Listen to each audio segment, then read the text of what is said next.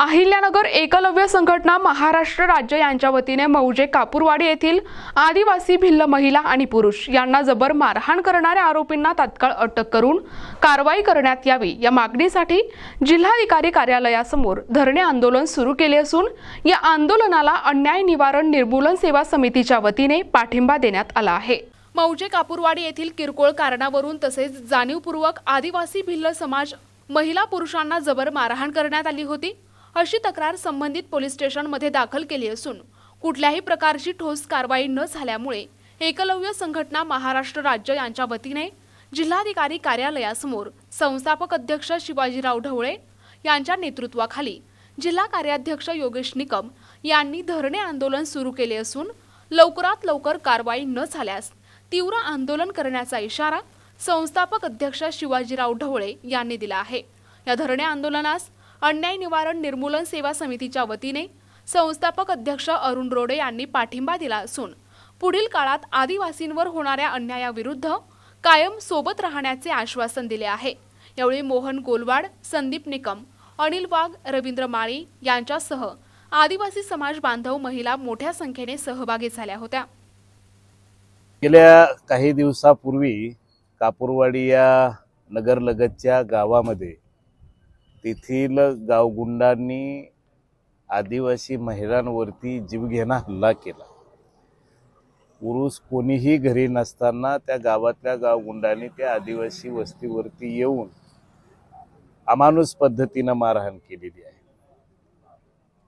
आणि म्हणून यामध्ये फक्त 2 आरोपी अटक झालेले आहेत। एवढा मोठा जीवघेणा हल्ला होऊन इतक्या गंभीररित्या जखमी झालेले असताना सुद्धा अजूनही 4 आरोपी फरार आहेत आणि म्हणून या दखलपात्र गुन्ह्यामध्ये ह्या गुन्ह्याचं गांभीर्य लक्षात घेता पोलिसांनी तात्काळ आरोपीला अटक करण्याची आवश्यकता होती, त्यांच्यावरती कठोर कारवाई करण्याची आवश्यकता होती, परंतु अजूनही ते आरोपी फरार आहेत आणि म्हणून इथल्या प्रशासनाचा आदिवासी समूहाकडे बघण्याचा दृष्टिकोन त्यांच्या या कृतीवरनं स्पष्ट होत आहे।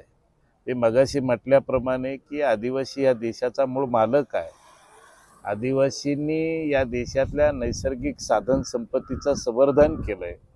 जेव्हा जेव्हा परकीयांनी या देशावरती आक्रमणे केली तेव्हा तेव्हा परकीयांच्या विरोधामध्ये बंड पुकारणारा हा समूह आहे आणि असा हा देशाचा मूळ मालक आज तो त्याच्या गावामध्ये जर सुरक्षित नसेल, त्या महिलांच्या अब्रूची धिंडी विशीला टांगण्याची मनोवृत्ती अशा गावगुंडामध्ये असेल तर त्यांना तात्काळ अटक केलं पाहिजे। या मागणीसाठी आमच्या जिल्ह्याचे कार्याध्यक्ष योगेश निकम यांच्या नेतृत्वाखाली हे धरणे आंदोलन चालू आहे।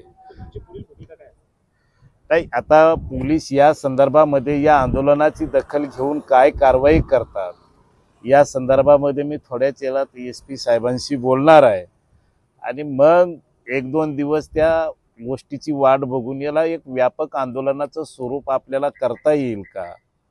कारण इथं जर केवळ धरणे आंदोलना हे जर अदखलपात्र प्रशासनाच्या दृष्टीनं जर असेल तर उग्र स्वरूपाचं आंदोलन त्यांना मान्य असेल तर ते हे आदिवासी मिळून आम्ही करू नक्की। आमदार श्री शिवाजीराव ढवळे साहेब, माडा सभापती, राज्यमंत्री दर्जा व संस्थापक अध्यक्ष एकलव्य संघटनाच्या वतीने जे आदिवासी समाजाच्या पीडित महिला किंवा अनेक लोकांवर जे अन्याय झालेला आहे त्याबाबत वेळोवेळी पत्रव्यवहार करून वेळोवेळी गुन्हे दाखल होऊन सुद्धा प्रशासन आदिवासी समाज असल्यामुळे जाणीवपूर्वक गांभीर्याने घेत नाहीत।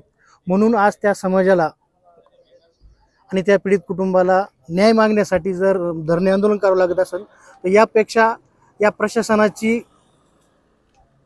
काय भूमिका आहे? कारण हे जे पोलीस प्रशासन असेल किंवा जिल्हाधिकारी साहेब असेल हे आपल्या लोकांच्या तक्रारीबाबत न्याय देण्यासाठी ते आपले सेवक आहेत, तर त्या सेवकांनी या पीडितांना न्याय दिला नाही म्हणून आज हे धरणे आंदोलन आहे। आणि जर येत्या 1-2 दिवसात जर त्यांनी न्याय दिला तर या समाजाच्या वतीने एक वेगळ्या स्वरूपाचं आंदोलन केलं जाईल आणि या आंदोलनाला अन्याय निवारण सेवा समितीच्या वतीनं मी जाहीर पाठिंबा देतो। धन्यवाद। प्रतिनिधी मुकुंद भट, NTV न्यूज मराठी, अहिल्यानगर।